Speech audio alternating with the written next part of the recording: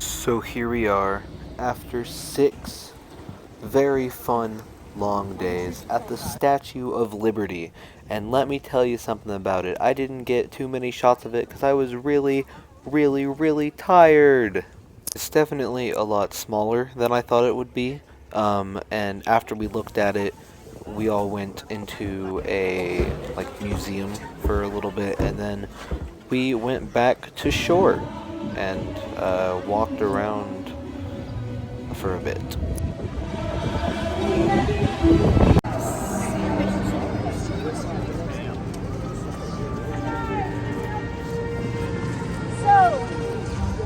We saw these pigeons everywhere, and they were huge. But then after that, we went to the 9/11 Memorial, which is, of course, where they built a memorial to all the people who died during the tragedy that happened.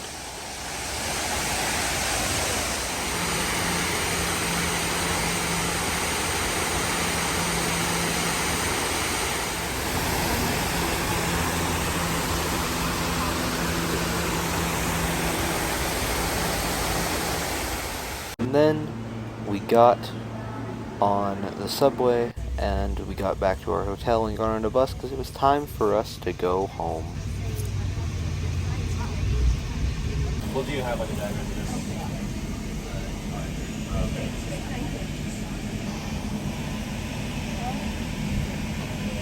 It should like go on the top of here.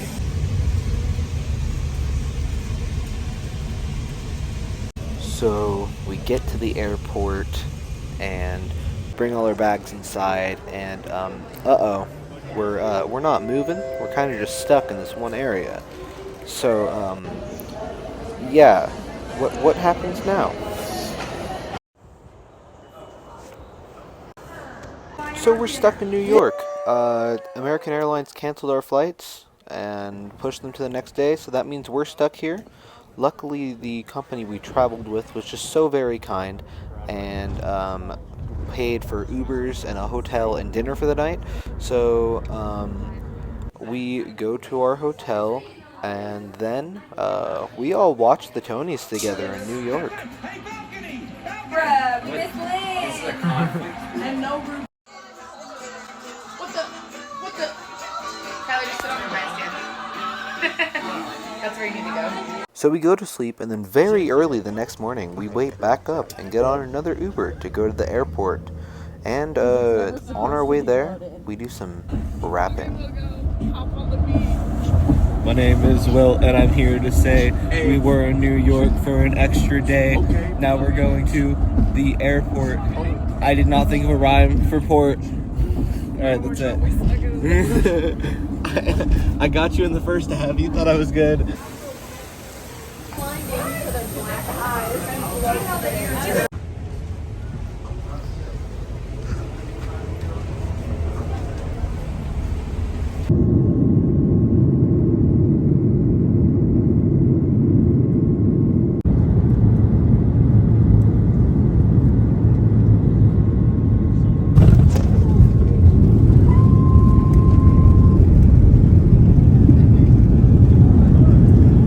Hey, Future Will here. So the video that you just watched of me landing in Tulsa was immediately followed by me getting my bag, going home, and going to sleep. I was very tired, so I didn't really film anything else after we landed because I just wanted to go take a nap. New York was a lot of fun. Had a blast. Definitely one of my top 3 favorite vacations I've ever been on in my life. Want to go back. Hopefully, there's another trip in 2 years, so hopefully in 2024 I can go with the same group, or well, it'll be a different group, but it'll be like the same drama group. So that'll be fun if I can go again. Out of all the shows that I watched in New York, I think I'm gonna rank them based on my personal enjoyment throughout the show. So top of the list, Moulin Rouge. Definitely, like, I had a blast watching that show, and I would love to watch it again someday, whether that be in New York or on tour. So yeah, that was awesome. Moulin Rouge is followed by Beetlejuice, of course, because that's my all-time favorite musical. Before going to New York, I watched it so many times that Moulin Rouge just kind of took that top spot. Because Moulin Rouge, before I watched it in New York, I didn't watch it at all. I didn't listen to the soundtrack. I didn't watch the movie. I didn't know that it was an actual place that you could go visit in London or Paris, London, that area. So like I didn't know anything about it, and it just threw me in, and it was just amazing. Beetlejuice, my all-time favorite musical. I've watched a lot. 2020, when the thing happened that screwed up the world, I found that musical and I listened to it and I watched it, and it became my favorite musical, and it's definitely was like the second best experience I had, solely for the purpose that I was decked out. Like I wore the Beetlejuice suit. In my opinion, I had the best seat out of everyone in the group. Everyone was like, "This is Will's show," so it was just amazing, because everyone was like, "Yeah, this is Will's favorite." So they basically let me have the best time of my life in there. So Moulin Rouge, Beetlejuice, followed by that is Come From Away, the bonus show. That show made me cry. It was just so beautiful, so amazing.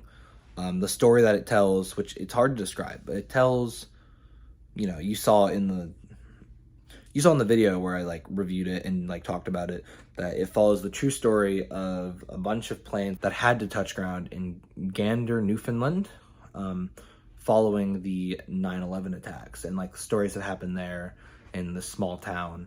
And it's just such a beautiful story, such beautiful songs, such beautiful, like amazing acting. It was so cool. And then that followed by the experience of the people, the actors, coming up to us after the show outside the theater was just so very cool. And then after Come From Away was Paradise Square, because I loved the Irish dancing in it. That was a huge sell for me. And I loved the fact that it was a new musical and we saw it with the original cast, and that the shenanigans that happened after with the stage door were so cool. That followed by so there's this joke, an inside joke. Well, it's not a joke, but there's this thing that we do where we're like, "Give me 3," and then we all go "hoo hoo hoo." So we did that for like every actor that came out. One guy filmed it, and that was really fun. And then of course we have the main actress who came out and talked to us and had a normal conversation. And then 24 hours later, she went to Tony, which is just insane. So that was a lot of fun. And then sadly, the show that was my least favorite in New York was Hadestown, which it was still a really good show and I really enjoyed it.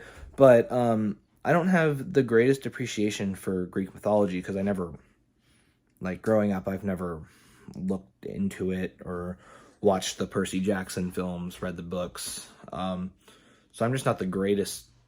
I don't have the best knowledge of Greek mythology.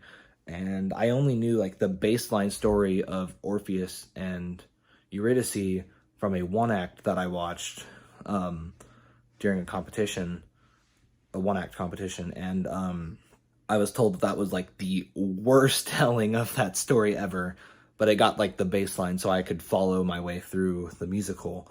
I think if I didn't have that baseline, I would have enjoyed Hadestown way less, because a lot of it hinges on the fact that the base story. But it was still different from all the other shows, and it was really good, and I really enjoyed it. And it's coming to tour in Tulsa in a few months. And I'm excited to see how they do some of the tech aspects different in Tulsa than they did in New York, because there's definitely stuff in Tulsa that you can't do in New York. I don't think we have a hole in the Tulsa PAC stage, so you can't have the elevator that you have in New York when you're going to and from Hades. But yeah, that's my ranking of all the shows that I watched, solely on my enjoyment of my experience watching the show and like before and after. And then that's about all for New York. As I said, had a lot of fun. Hopefully I can go back in a couple years. The next video on this channel will be of all the stuff that I got and like me kind of talking through the days and like what happened, because we were just go in New York, which is why most of it is me narrating and like silent clips, because I didn't have time to film like the talking to the camera, because we were just go sightseeing, and then we walked somewhere, and we were always in a big group, so I never had time, and I felt kind of awkward just pulling out my phone and talking. But of course there's some points in it, so hopefully if I get to go again, I'll know when, because like now I know when I would have time to do these like one-on-one face-to-camera talking bits. So yeah, I had a lot of fun. Next video is going to be about everything I got through New York and talking through it, and thanks for watching these vlogs, because I had a lot of fun making them.